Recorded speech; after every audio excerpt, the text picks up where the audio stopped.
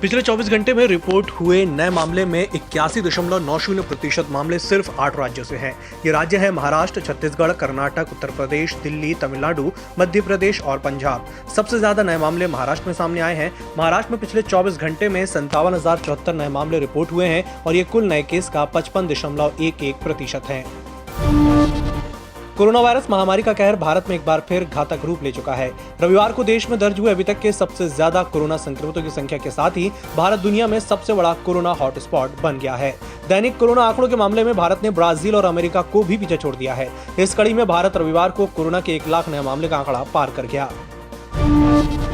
मुंबई के पूर्व police commissioner Parambir Singh के आरोपों में घिरे महाराष्ट्र के गृह मंत्री अनिल देशमुख ने अपने पद से इस्तीफा दे दिया है।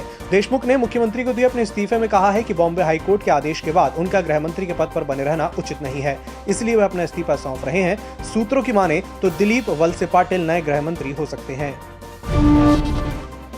महाराष्ट्र के गृह मंत्री अनिल देशमुख के इस्तीफे पर बीजेपी ने कहा कि उनकी पार्टी ने दबाव बनाया तब जाकर इस्तीफा हुआ है। केंद्रीय मंत्री रविशंकर प्रसाद ने कहा कि इस पूरे मामले में मुख्यमंत्री उद्धव ठाकरे की खामोशी कई सवाल खड़े करती है। वे इस पूरे मामले पर कब बोलेंगे? उद्धव ठाकरे ने शासन का नैतिक आधार खो दिया है। ये महाविकास अघाड़ी नहीं बल्कि महावसूली सरकार है। बीजापुर में नक्सली एनकाउंटर के बाद छत्तीसगढ़ के जगदलपुर पहुंचे केंद्रीय गृह मंत्री अमित शाह ने कहा कि जवानों का ये सर्वोच्च बलिदान है। उनके शौर्य ने इस लड़ाई को निर्णायक मोड़ पर पहुंचा दिया है। अब हम इसे अंजाम तक लेकर जाएंगे। उन्होंने जवानों को श्रद्धांजलि देते हुए कहा कि पूरा देश उन्हें नमन कर रहा है। पश्चिम बंगाल विधानसभा चुनाव के बीच मुख्यमंत्री ममता बनर्जी ने बीजेपी पर लोगों को धर्म के आधार पर बांटने का आरोप लगाया। इस दौरान उन्होंने कहा कि मैं भी चंडी पाठ करती हूं, साथ ही ला इलाहा भी बोलती हूं, क्योंकि मेरे माता पिता ने कभी भेदभाव करना नहीं सिखाया। पश्चिम बंगाल चुनाव में टॉलीगंज सीट से टीएमसी उम्मीदवार के लिए समाजवादी पार्टी के नेता और अभिनेत्री जया बच्चन चुनाव प्रचार करेंगी। अब इसको लेकर इसी सीट से बीजेपी के उम्मीदवार बाबुल सुप्रियो ने अपनी प्रतिक्रिया दी है। उन्होंने कहा है कि वो जया बच्चन बीजेपी के खिलाफ तो बोलेंगी, लेकिन वो कभी मेरे खिलाफ कुछ नहीं बोलेंगी। एंटीलिया और मनसुख हिरेन मर्डर केस की जांच कर रही राष्ट्रीय जांच एजेंसी को कई नए सबूत मिले हैं। ये सबूत निलंबित पुलिस अफसर सचिन वजह के वसूली के कारोबार से जुड़े हैं। एनआईए के मुताबिक वसूली के कारोबार में पुलिस और प्रशासन के कुछ टॉप अफसर भी शामिल हैं। वजह ने इन अफसरों को पेमेंट किया था और इस भुगतान के दस्तावेज एनआईए को मिले हैं।